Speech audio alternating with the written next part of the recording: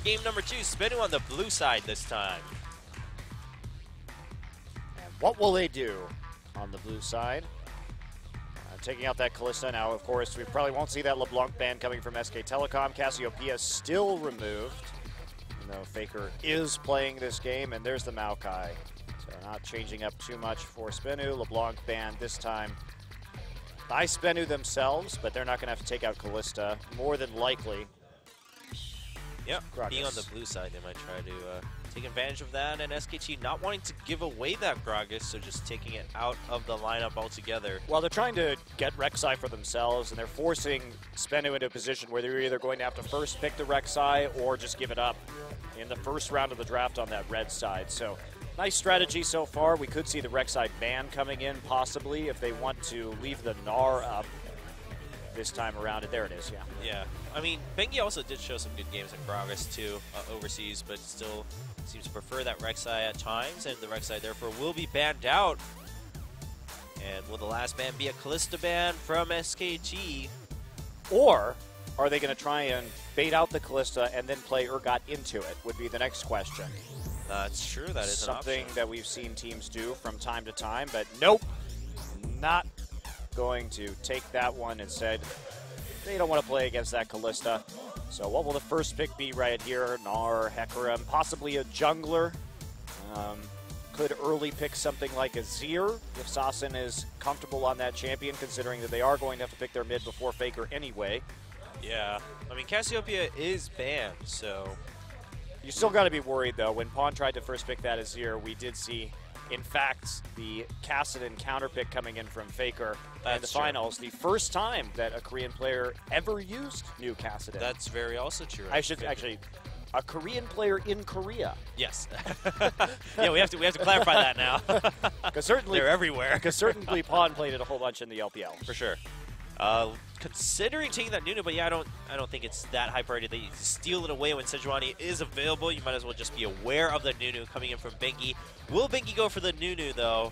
Kind of does seem to be his fallback plan once a lot of these popular junglers are taken away. I think you should play Vi. Vi.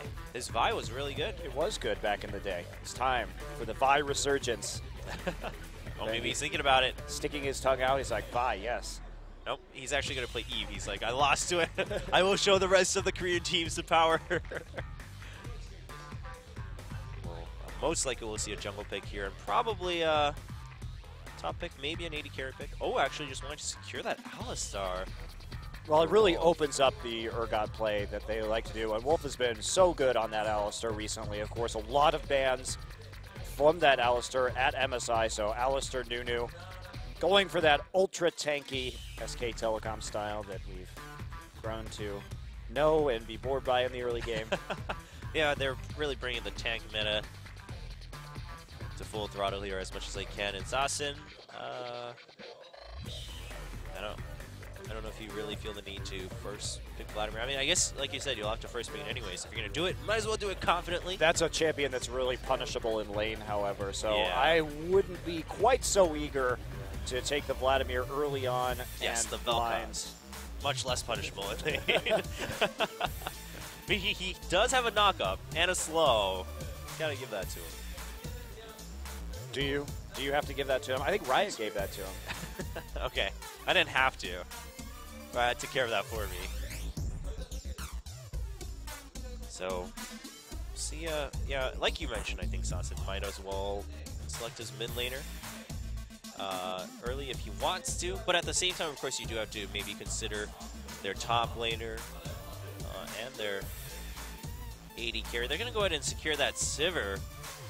Sivir Nautilus looking for a very strong bottom lane, not wanting to give the Sivir away to empower SK Telecom in the mid game instead. And I really like that SBE picked that Sivir up because they were so good at collapsing onto SK Telecom in the last game with that speed boost from Lulu that they found a different way to do it this time around.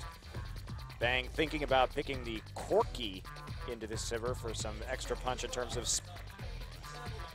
siege, but they don't have really good synergy with Nunu yet, so are they going to go ahead and pick an Azir for Faker just to get that Blood Boil a little more useful in the late game? Yeah, I mean, that's definitely something to consider. Not something you have to tailor your composition around, but, you know, Azir is not really a bad pick anyway to begin with. Faker's Azir are also pretty darn good. But they're going to, yeah, they still do want to wait to see Sasen's pick before picking something for Faker, because Faker definitely a player who can make huge advantages out of the lane advantage he can get in 1v1s. All right, so the question now remains, is Faker going to play Lulu with this Lucian? Because that is a strategy that SKT likes to utilize when they have the opportunity, and they're going for that lane bully lane of Lucian into Sivir, where you can kind of abuse Sivir's lower range with your passive and take an early advantage that way. Not going to be barred. We already have the Nautilus in this game, so... Nautilus top, man. It's coming. Almost came last game.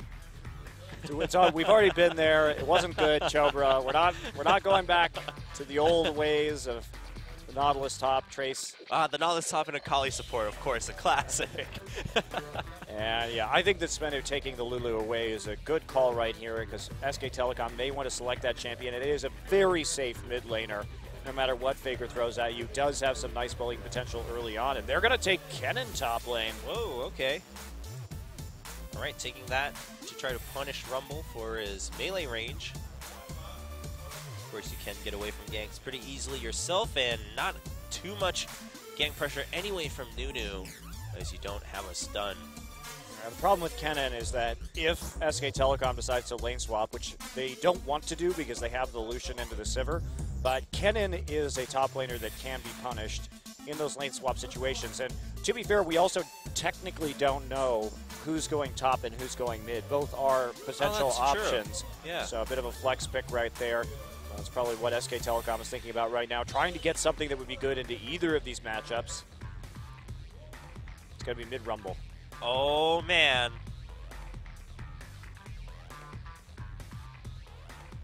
I don't know. Not too convinced. But, the mid-Ezreal, good against anyone, especially when you can just get all your farm from the side lanes as Faker. That's right. So going back to the SK Telecom Classic, something that they've been playing so frequently in 2015, mid-Ezreal double AD composition, and I love the Ezreal Rumble combo because you can just melt someone's backline instantly with True Shot Barrage and Equalizer. It just bypasses all of their tanks immediately, hits onto their carries, and is very problematic to deal with, especially against the squishier composition that this Spenu Sonic Boom team will be running. And all they have to do is zone out the Sivir, and there's only magic damage left, so MR going to be very useful for SK Telecom. Imagine we'll see Marin build that Abyssal Scepter first in this situation, and they'll be very powerful in terms of sieges in the mid game. And now that Nunu pick going to do double duty. That's true. Very nice composition from SK Telecom. Spenu looking for that primary engage. A lot of their composition is going to depend on whether Sejuani can hit those ults so Kennen can get the follow-up. But they have tons of speed again. And if SK Telecom is as lackadaisical about setting up and grouping as a team around those dragons, Spenu can certainly punish even harder with this composition than the one they ran last game. Yeah, I mean, with On the Hunt, they can really group up and just get that hard engage they want. I like it. I think they identified the weakness that SKT had and now are going even harder in that direction. Well, game two between SKT and Spenu. SKT leading 1-0. Let's get into the game.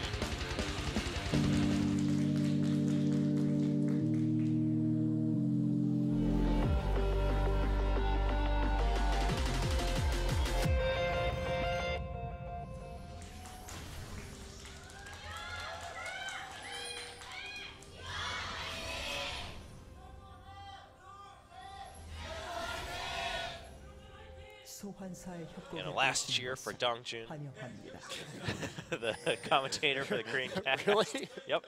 It was T1 fighting, Spenu fighting, and Dongjun fighting. Where's my Monty fighting chair? Will you cheer for me, Chobra? All right, Monty fighting. Thank you. All right, we're all even now. You don't get a chair because you're leaving. Wow. That's pretty harsh. First I cast 12 hours of solo cast, and now I don't even get a cheer. That was your punishment for leaving. All right. Well, seems like we won't have too much. Well, SKT actually setting up for a lane swap, like US suspected they might do, even though they also have a preference in the 2v2.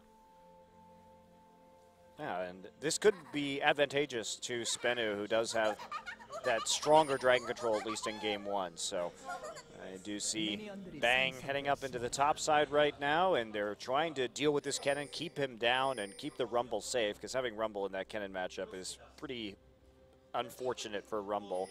He's constantly taking those auto attack harass with the Doran's Blade.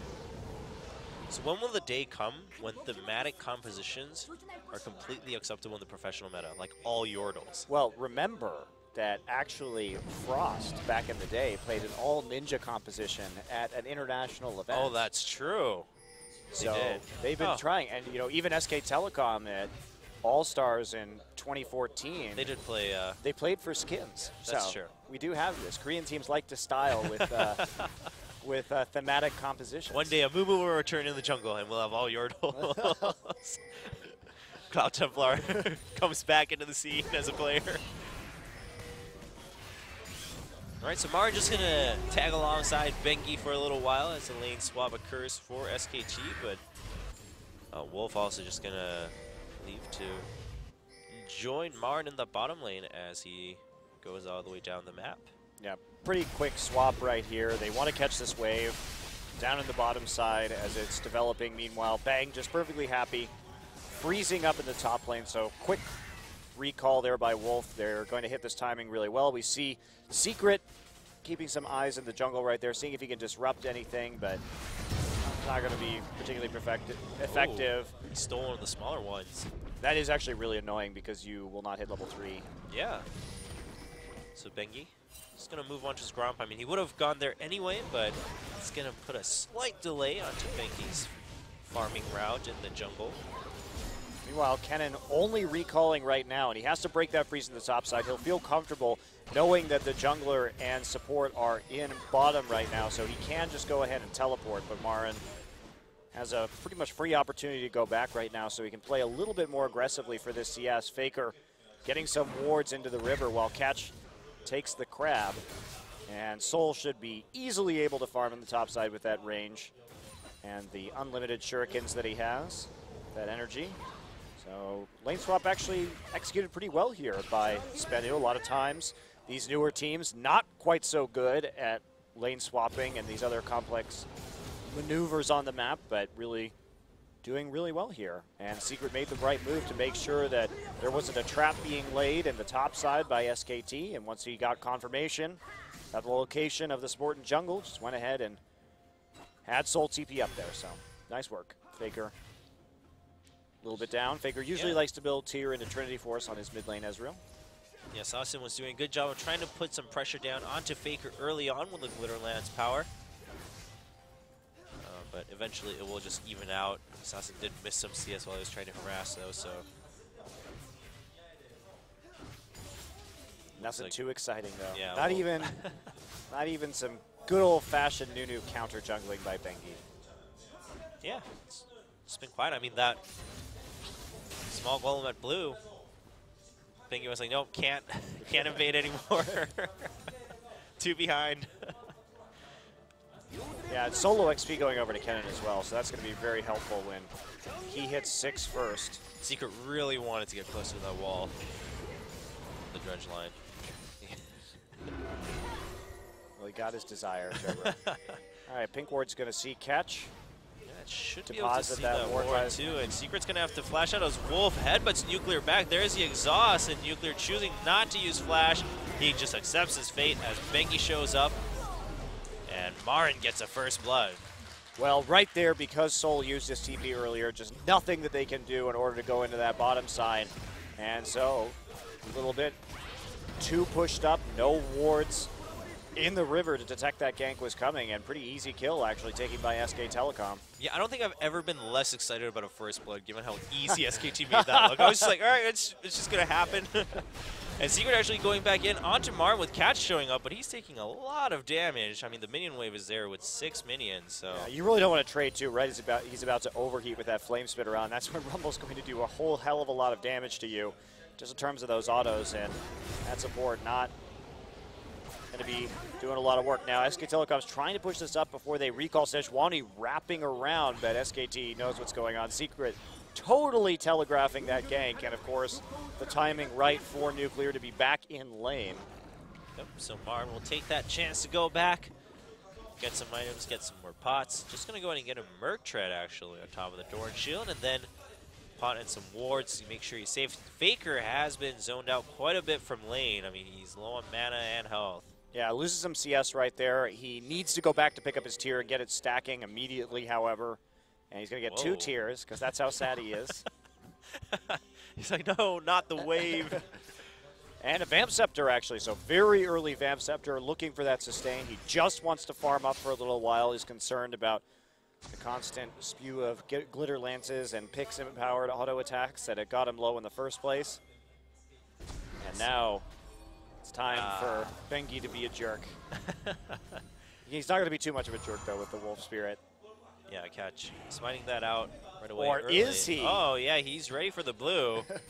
But we're going to see Sasson go over to it. Bang actually gets caught by Secret. He's going to have to flash and heal out. He's going to try to turn things around with a culling. Secret trying to block as much damage as possible, so Wolf's just going to turn onto the Nautilus. He's just going to get headbutted back once again. There's Boomerang Blade onto Bang, but not enough damage as the Ignite goes down. And Bengi still trying to be a jerk. Never give up. And he's setting things up for Faker. Oh, and he gets the steal. Oh my gosh. Oh, the last hit from Sasson coming and helping Faker out right there. How many times have we seen that? Faker with these blue steals on the mid Ezreal. He is so good at timing that ability. And Bengi there just giving him the eyes on it so that he had the right timing. Wow. And here we go. Bengi's not done being a jerk yet. It begins. What you thought was yours is not really yours anymore. Oh, poor Speru. That was a very unfortunate series of events. Bang. It was the only illusion of being caught out at the bottom lane, Chobros. Being caught out is really just a state of mind. And when you have level 6 and the culling and the enemy Sivir doesn't have on the hunt and it's still level 5 because you were in a solo lane for longer, then you can turn those ganks around. Well played by pretty much every member of SKT, except for the quiet top lane. Making things happen. Do something already. Go for that solo kill with no Ignite against a Kennen. Kennen building that Abyssal Scepter first, and Marin just wanting to be safe, get the Merc Treads, try and dodge some of the shurikens coming out and have that. Wow, Faker. Okay, buddy. Yeah, he missed the cannon minions, so he was mad. He's like, might as well skip the rest of the minions just to get damage into Sasson. And oh, wow. Yeah, Sasson doesn't have really blue, careful. and Faker does. So Faker's actually going to go for a dive here. He's going to heal out, and he's going to have to flash to get the kill. Will he go down to the... Oh, one last tower hit. Faker got a little greedy there. But it actually is worthwhile for him because both players use their summoner spells. Sasson's way happier about that. Having a good time in the mid. But Sasson's the one who loses the most in terms of minions because the wave was pushed up to his turret. So it actually is worthwhile for Faker to make that play as long as he gets that kill. And also he got the kill first, so he gets a little bit more in terms of time there. And now Bengi just going to go ahead and get his red buff in the meantime. Faker looking to eventually pick up that Muramana. Yep. Sasson gets to join the honorable club of solo kills on Faker. After he was dead. He's actually pretty much equal to Pawn now because he solo killed Faker. That was a cute little dive. Yeah. Faker was pretty confident, but Sasson, I mean, flashed away to create some distance, securing the tower hits, and Bengi showing up in top lane. They're trying to put some pressure down into Soul because he's already at half health, and there's the ultimate coming in. They will both be stunned, but tons of Flame Spitter damage as Bengi takes the last hit. That was actually a really good combo from the jungler and top laner from SKT right there, just because when the Slicing Maelstrom went down, even though they got the stun, because he already had the snowball on him, he was just sitting there moving slowly through Flame Spitter, taking damage the entire time. So the stun really not doing a whole hell of a lot, even though he had some MR already. Still unable to survive, and Marin not having any damage really yet. Yeah. Well, Bengi taking that chance to make Catch's jungling even more miserable, stealing that Gromp. Meanwhile, tons of wards by Spenu around the dragon. They don't want Bengi to get an easy dragon out on his own, so try to keep eyes on that area. Yeah, Bang going for a very greedy build now that he has an advantage in that matchup. With the kill that he got, having that Avarice Blade before completing the Infinity Edge, so he's obviously feeling very comfortable. Faker tagged by the last little bit of Glitter Lance right there on trying to Arcane Shift away. And now we may see some attempts in earnest. Wolf actually has to pop his ult. Yeah, but Secret's the one who's going to get caught as the headbutt comes in, but there's an ultimate onto Bang just to give Secret some time to run away. There's the slow coming in, and he still gets the hit. Doesn't get the kill, though. You have to be so careful about that. Faker will drop that True Shot Barrage at the drop of a hat just to help out his side lanes right there. Now Seeker is chunked out, but Faker's pushed back to his tower. A bit of a risky dragon attempt here from SKT. Yeah, Catch showing up, and so is Sasson, so SKT is just going to back out for now, but yeah, Bengi trying to keep that dragon leash as much as possible to try to get an angle on it as Faker comes back in lane, and he's going to jump onto Sasson, but nice Glitter Lance onto both members of SKT. Sasson still takes a lot of damage. No True Shot Barrage to worry about, though. Yeah, no mana for Faker either. He's going to start regenning it, of course, with that tier just a little bit, but Sasson still trying to push up the wave.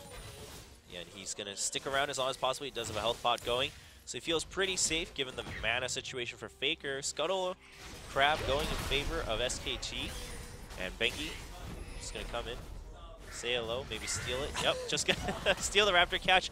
Not happy about that, but what can you do? And they're going to, I mean, he does have some time here where that smite is going to be down, but it's like by the time he actually gets it, nope, they're just going to back off. SK Telecom is done caring about dragons. Yeah, I mean, there's no point in going too far forward for that dragon when you have a gold advantage everywhere else. Also, just going to clear out that ward with the pink. They still have vision in the Dragon Pit for a little while longer for Spenu, as that ward in the pit times out here in a couple seconds. So he's just going to put out an extra run right outside. And there we go. Quick little pink ward clear. Spenu is just trying to hold on to their pressure in this game. They keep on pushing very heavily in the mid and bottom lanes, but Faker's going to try and take another blue buff right here as they see Sejuani in the bottom side of the jungle. So literally zero chance right there, and a parting barrage. To keep Soul at bay from that minion wave. He should still be able to get that cannon minion, though. Faker shows up with the blue, so Sasson knows what's going on. Spenu, meanwhile, is going for the dragon. Teleport coming in from Rumble, and there's the culling. The dragon still goes in favor of Spenu. Wolf is in the pit. Nuclear and Soul should be able to get out. It was Sasson right there, but Secret and Catch, although also both flash out of the pit. So dragon taken by Spenu. Some summoners used for that. Yeah, both TPs used right here, and Faker still... Oh, Soul flashes forward for the slicing maelstrom. He gets the stun, but there's Marin overeating, though, so he's not going to be able to catch it. Oh, nice headbutt into the knockoff, and Marin picks up the kill and a double with the Flame Spitter. Wow, Faker really knowing his limits right there, having faith that his team could come back in on that one because Soul had his flash up and was able to get the stun down onto him and nearly end Faker's life right there. Faker using both summoners, however, does make it out. Oh, goodbye, Catch. One snowball. Not even going to need it. He's just going to slap him down. Just Yeti slap him. Why would you use a snowball when you have a giant monster you're riding that could just beat you into the ground, Chobra? Let's see if this again. Soul goes forward. Does get the stun. But they really overcommit for that one with 3 members of SKT coming up. Wolf with a great follow-up with the combo. And then Marin roasting 2 members of Spenu underneath the turret.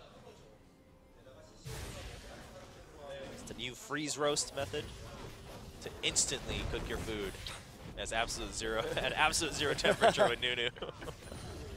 Must be quite painful. Is it really absolute zero, though? I don't think it is. That would be far too cold.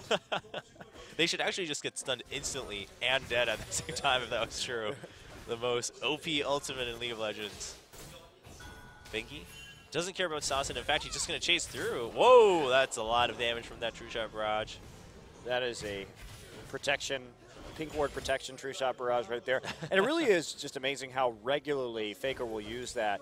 And because he has that blue buff, he's just able to reduce the cooldown so significantly on the True Shot Barrage just by continuously spamming his abilities. So no point in being shy, because every time you chunk out a member like that, you're going to get someone a CS advantage or a vision advantage or something along those lines. So these little micro advantages that Faker gets with the True Shot Barrage out of Ezreal in the mid lane really do add up for his team. And it's the thing I really like watching most about Faker's Ezreal play. We've seen a lot of players try that mid Ezreal, but the accuracy of the True Shot barrages from Faker really makes a massive difference across the map. So, of course, we saw him steal that blue buff earlier.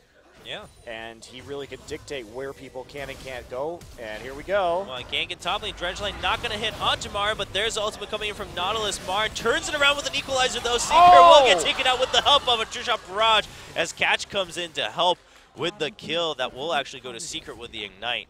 Yeah, True Shot barrage rattling by for Faker as well. But that was a nice turnaround. Bang still just farming up here in the bottom lane. He already has that Infinity Edge. Pretty big advantage on Nuclear. Nuclear going to have to hug his turret, as SK Telecom in 17 minutes has built a 6,500 gold lead. It's pretty big.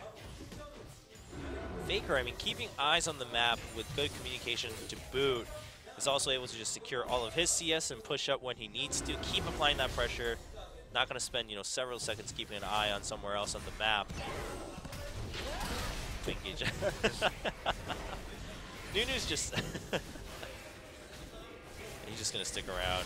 The way he walks, the way he waddles, tries to go for the steal, but he is going to chunk down both Catch and Sasin, so Bengi will go forward and get that vision advantage here near the Raptors.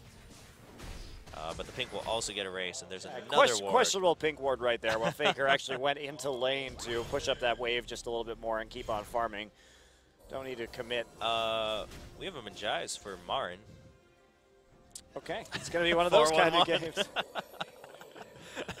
I see how it's going to be Marin. Double knockup for Catch as Bang shows up, and that should be a kill as he also tries to secure a kill onto Secret, leaving it for Faker to take that kill, but Bengi's going to take down the Sejuani. Bang shows up with Faker to push down the mid lane, double AD. And Bengi still zoning out every member of Spenu, but there's a nice dredge lane and the slow, but Absol Zero in the brush and then flash out. Bengi's going to make the escape as Faker blinks forward, and Sasin gets caught to Bang, and Bang not going to get one last hit onto Sasin.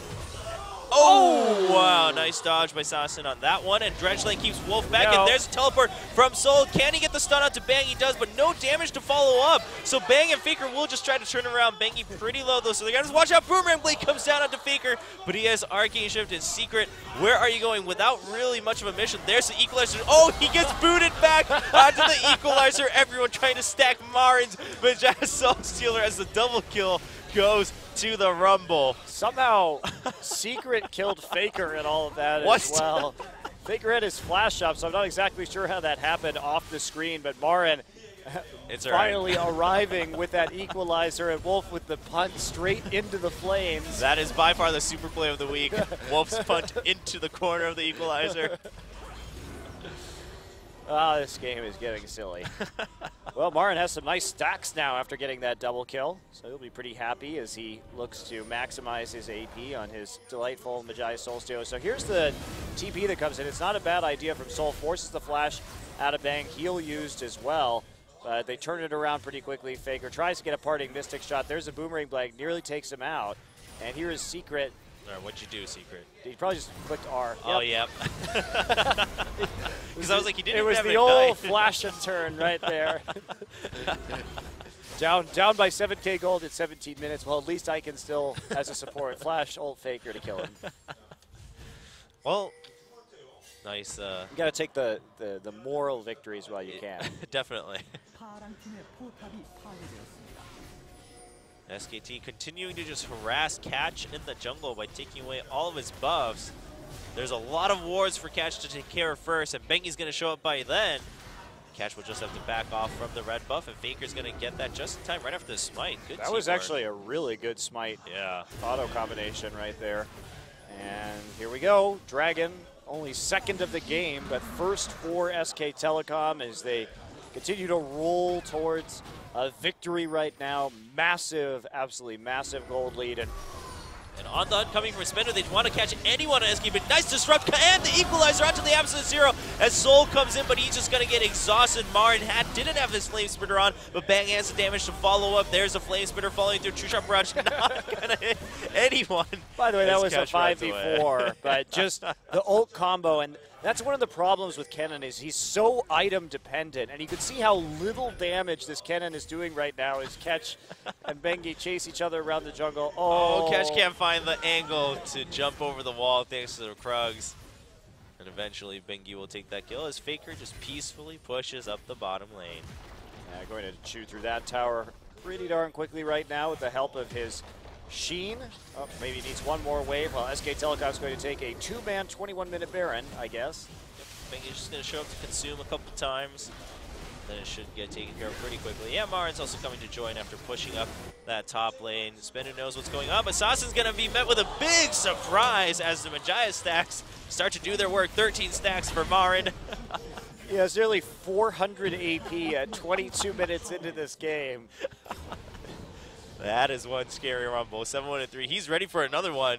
He needs those 20 stacks. He's keeping himself in danger zone. Faker just trying to steal the red buff away from Bang. Everyone in the audience got scared. Yeah, it wasn't him. And Faker was toying with his teammates a little bit right there. Didn't get the red buff refresh. And Bang just pushing up with these Baron-empowered minions right now. Faker's taking everyone's jobs on SKT. He's trying to push the R&D department of SKT, develop a cloning machine. More Fakers all the time. Like, Coach Cohen can't do his job fully unless he clones me. Well, this game's over. It's pretty over. The real question now is, can Marin get to 20 stacks? I hope he can. That's the dream. Now he has a death cap, so actually the completion of that death cap is going to push his AP. It's going to be over 500 now at 22 minutes, so he's going to be able to pretty much destroy their entire team with one equalizer. Yeah, that's pretty scary, but he's very far off. Doesn't look like he wants to teleport in. You don't know where your priorities are, Marin. Forget the farm. He's still stuck on the farm. You need the champions. The dredge lane not going to hit onto Bengi. Don't think you really wanted to hit that at this point, but you kind of need to do something for Spin. Wow, look at the damage coming in from Faker with the Muramana completed. True Shot Barrage is going to clean up the wave. Does soak it in with Spell Shield for nuclear, but not so much for Secret. Krugs. All right, Marin. I mean, you had 4 easy kills here with your equalizer, but he's going to do Krugs as Faker tries to go for a kill. He is actually going to pick it up onto Soul, and SKT will just continue pushing forward. They'll take the middle inhibitor, and then they'll go bottom to make sure they secure this game without any holes left for Spenu. Crowd starts cheering as the game pretty much looks like it's going to end because Marin's here and Faker's doing so much damage from the side. Spenu, you know, they might want to try to put up one last fight, but it's not really going to matter too much as Marin just roasts Nautilus with a single Flame Spitter, it looks like. He's up to 575 AP right now after scoring that last kill on the side. There's just nothing that Spenu can do against this Rumble. Just looking for an answer. There's the absolute zero from Bengi, just keeping him right at bay. There's the equalizer as he flashes forward, but his Flame Spitter is turning his back, and Marin's not going to be able to go for the kills as Bang and Faker come in, and oh, the shutdown. The 20-stack dream is over. Spenu wins the morale game here in Game 2, but SKT will take the win, and they'll get a clean 2-0 in the first week of Champion Summer. Yeah, and they really brought it together after summoning Bengi and Faker to the booth in that second game. Struggled a little bit in Game 1, but that time really did everything just about as well as you could. Played a very controlled game and took a sub-25-minute Nexus kill, so really quick. Spenu not looking too broken up right there. A lot of smiles in the booth. They definitely played pretty well in that first game of the series. Yeah, I think they can be pretty happy. Of course, going up against the #1 team from last season, always a challenge as a new organization here in Champions, but